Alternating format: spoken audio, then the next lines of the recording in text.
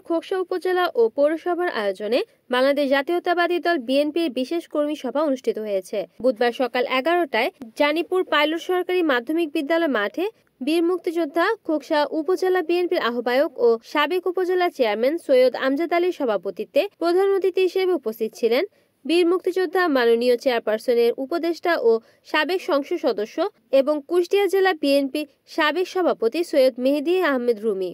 কর্মী সমাবেশে জেলা বিএনপির সদস্য সচিব প্রকৌশলী জাকির হোসেন সরকারকে প্রধান বক্তা রেখে অনুষ্ঠানে উদ্বোধক হিসেবে উপস্থিত ছিলেন জেলা বিএনপির আহ্বায়ক কুতুবুদ্দিন আহমেদ। বীর মুক্তিযোদ্ধা ও পৌর বিএনপির সভাপতি মুন্সি এজেড.জি. রশিদ রেজা বাজুর সঞ্চালনায় বিশেষ অতিথি হিসেবে উপস্থিত ছিলেন জেলা বিএনপি যুগ্ম আহ্বায়ক শেখ সাদি, যুগ্ম আহ্বায়ক আলহাজ নুরুল ইসলাম আনসার প্রামাণিক, বীর মুক্তিযোদ্ধা ও জেলা বিএনপির সদস্য আলাউদ্দিন খান।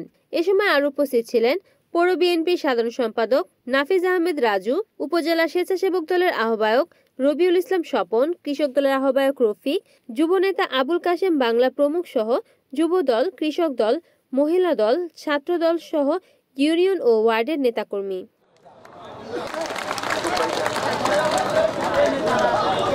আজকে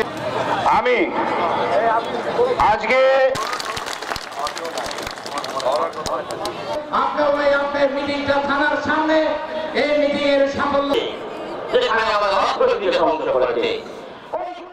রিপোর্ট করেছেন কুষ্টিয়া প্রতিনিধি নাজমুল হাসান, NN TV।